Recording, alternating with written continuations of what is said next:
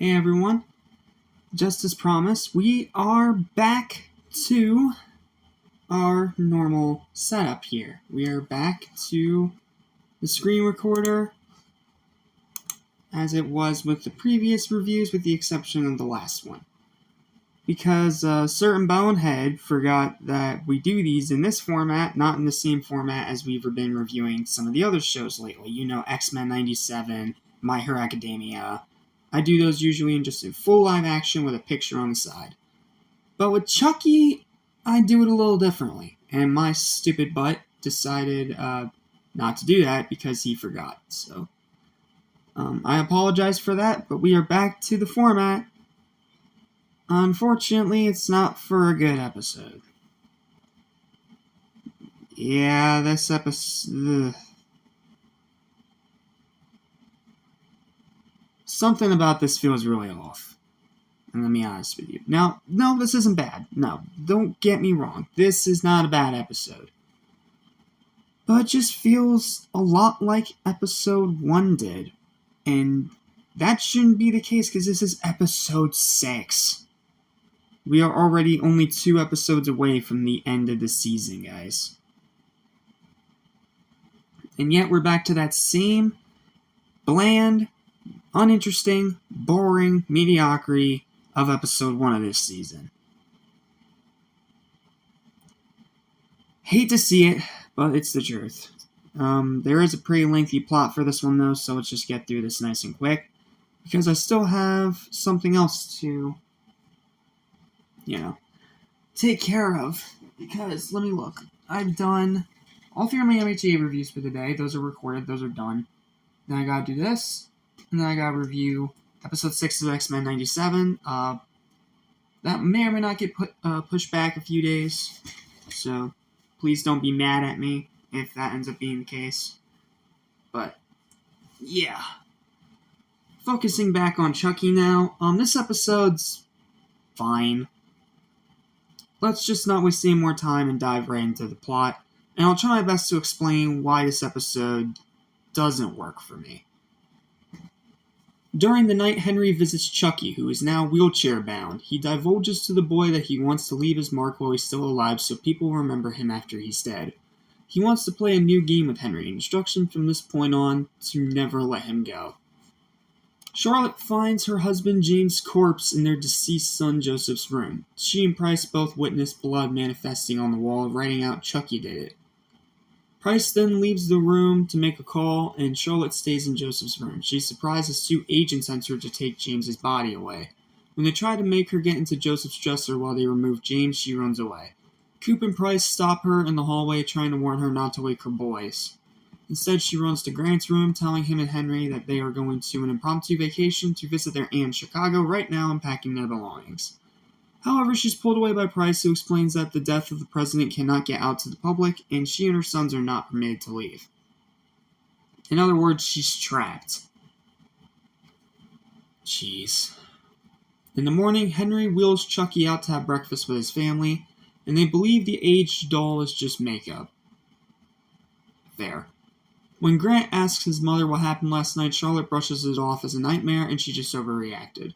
She is then called into her office to speak with Price. As she demands to remove her family from the White House, he reminds her that she is complicit in covering up these murders, and they cannot expose the truth now that the president is dead.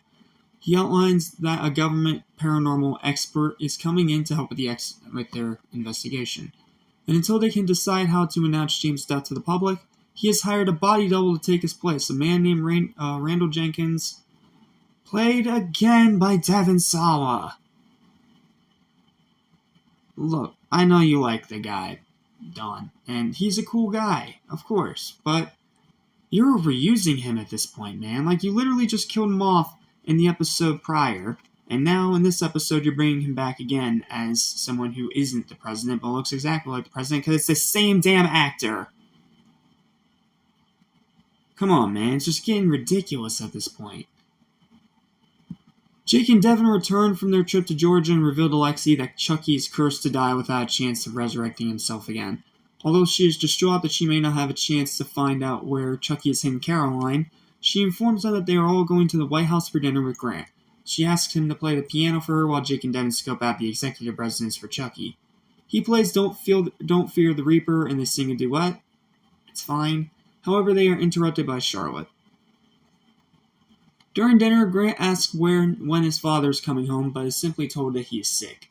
When he questions why Charlotte told him that he was at work in the morning and now he's sick, she quickly leaves the dining room to smoke a cigarette. She spots Randall being brought into the executive residence and catches up to him in his new room. There is a lot of medical equipment stashed inside as they are letting the media believe the president is sick. Before exiting the room, Charlotte instructs Randall to not let her kids see him. She returns to Joseph's old room to finish her cigarette, but is scared off by James' ghost. Yep, we're dealing with ghosts that have nothing to do with the plot. Come on, man. While carried by Henry, Chucky instructs him to take him to a room in the executive residence where a gun is hidden in a wall safe. From there, he leads the boy to Randall's room and holds him hostage. He has Randall take the three of them to the Situation Room and shoots the agent operating the elevator when he attempts to relay Randall's location.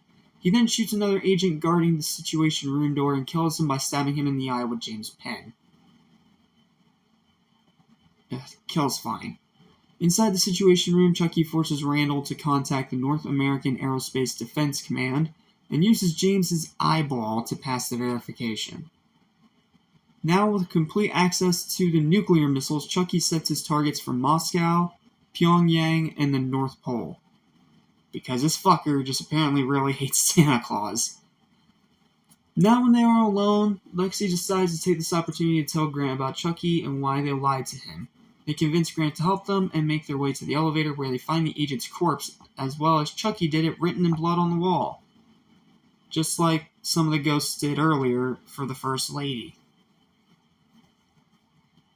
They arrive at the Situation Room just in time before the missiles are launched. Henry lets them inside where Devin records Chucky on his phone, declaring that he will be forever known as the greatest serial killer to ever live.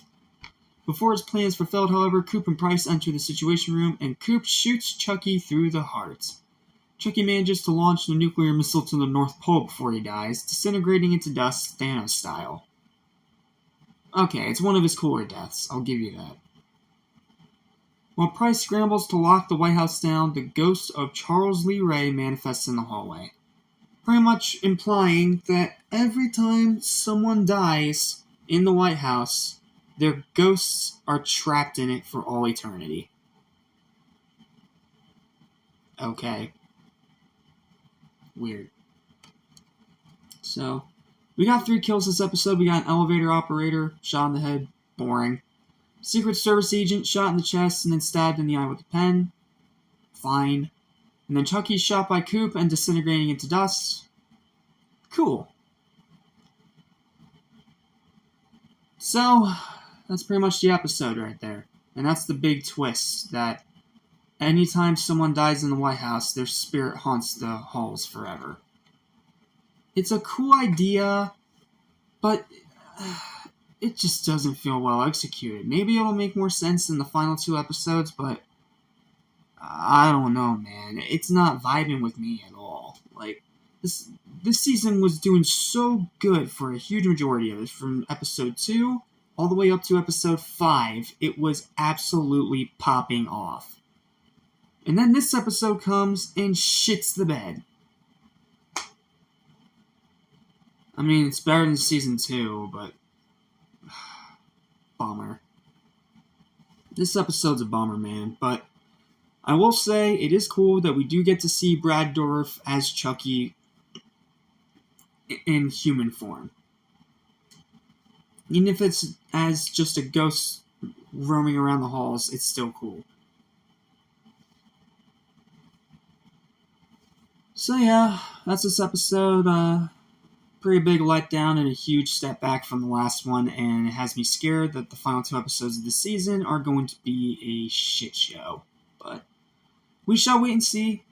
Until then, final verdict for this episode is a dead average 5 out of 10. It's a fine episode. It's not terrible, but you can do a lot better.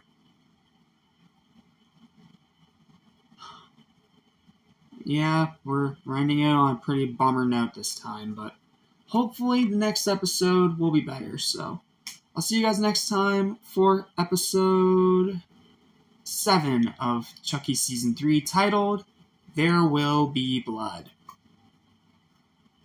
Please, please, please be better than this. Peace.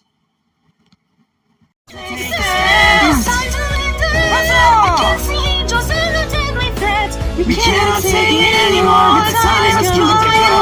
Prepare to fight. We're ready for